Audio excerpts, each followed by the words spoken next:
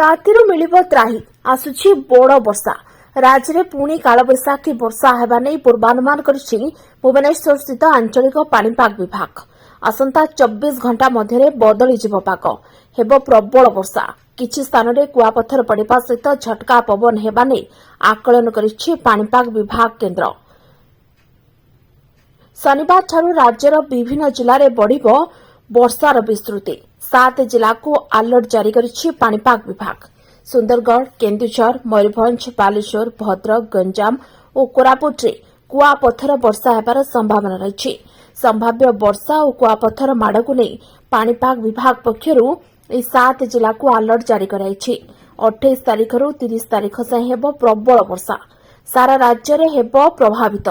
राज्य रे 26 तारीख रु कालबैशाखी झड़ वर्षा कुआपथर वर्षा सांगकू 60 रु 70 किलोमीटर बेगरे झटका पवन बहिबार बोली आकलन कराइछि। भुवनेश्वर स्थित पाणीपाग विभाग एने एक ताजा अपडेट जारी करिछि। आसंता 24 घंटा परे बदली जीव पाणीपागर मिजाज कालबैशाखी वर्षा आनिदेब सारा राज्यवासी को आश्वस्ति।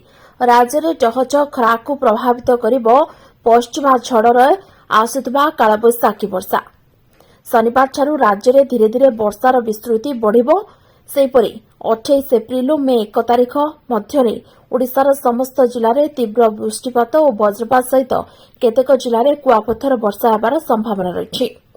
तेबे पश्चिम ओडिशा रे हिट वेव सह उत्तर उपकूल रे जारी रहिबो गरम एवं गुड़गुड़ी। Bureau report OT live.